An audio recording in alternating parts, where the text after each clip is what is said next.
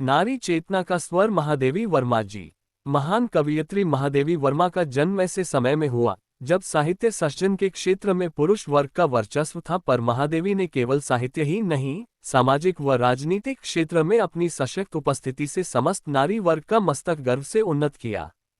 उन्होंने काव्य, समालोचना, संस्मरण, संपादन तथा निबंध लेखन के क्षेत्र में प्रचुर कार्य किया। इसके साथ ही वे एक अप्रतिम रेखा चित्रकार भी थीं। महादेवी वर्मा का जन्म 26 मार्च 1907 को फर्रुखाबाद में हुआ था। यदि कोई इस बारे में पूछता तो वे कहती थी कि मैं होली पर जन्मी, इसीलिए तो इतना हंसती हूँ। होली सबकी प्रसन्नता का पर्व है, उस दिन सब में एक नवीन उत्साह रहता है, वैसी सब बातें मुझ में हैं। महादेवी जी की माता जी पूजा पाठ के प्रति अत्यधिक आग्रही थीं, जबकि पिताजी अंग्रेजी प्रभाव के कारण इनमें विश्वास नहीं करते थे। फिर भी दोनों ने जीवन भर समन्वय बनाए रखा। इसका महादेवी के मन पर बहुत प्रभाव पड़ा। महादेवी को जीवन में पग पग पर अनेक विडंबनाओं का सामना भी करना पड़ा, फिर भी वे विचलित नहीं हुई। इनकी चर्चा उन्होंने अपने संस्मरणों में की है। महादेवी हिंदी की प्राध्यापक थीं, पर उन्होंने अंग्रेजी साहित्य का भी गहन अध्ययन किया था। उनकी इच्छा वेद, पुराण आदि को मूल रूप में समझने की थी। इसके लिए वे अनेक विद्वानों से मिली, पर अब्राह्मण तथा महिला होने के कारण कोई उन्हें पढ़ाने को तैयार नहीं हुआ।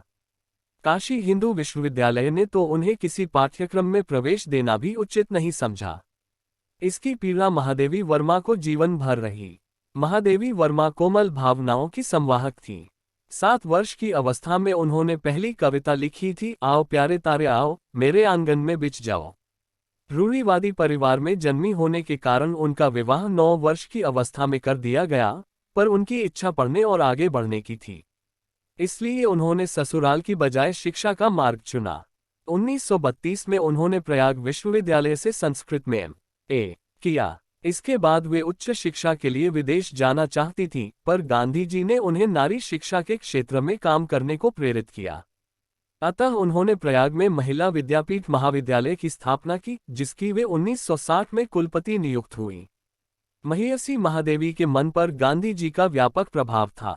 बापू गुजराती और अंग्रेजी बहुत अच्छी जानते थे, फिर भी वे प्रायः हिंदी में बोलते थे। महादेवी ने जब इसका कारण पूछा तो उन्होंने कहा कि हिंदी भारत राष्ट्र की आत्मा को सहज ढंग से व्यक्त कर सकती है। तब से ही महादेवी वर्मा ने हिंदी को अपने जीवन का आधार बना लिया। वे महाप्राण निराला को अपना भाई मानकर उन्हें राखी बांधती थीं। उनके विशाल परिवार में गाय, हिरण, बिल्ली, गिलहरी, खरगोश, कुत्ते आदि के साथ साथ लता और पुष्प भी थे।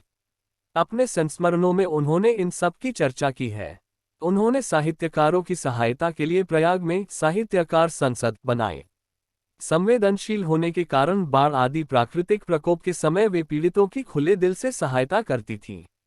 उनकी बहुचर्चित कृति यामा पर उन्हें प्रतिष्ठित ज्ञानपीठ पुरस्कार दिया गया था। नारी चेतना और संवेदना की इस कवयित्री का स्वर 11 सितंबर 1987 को सदा के लिए मौन हो गया।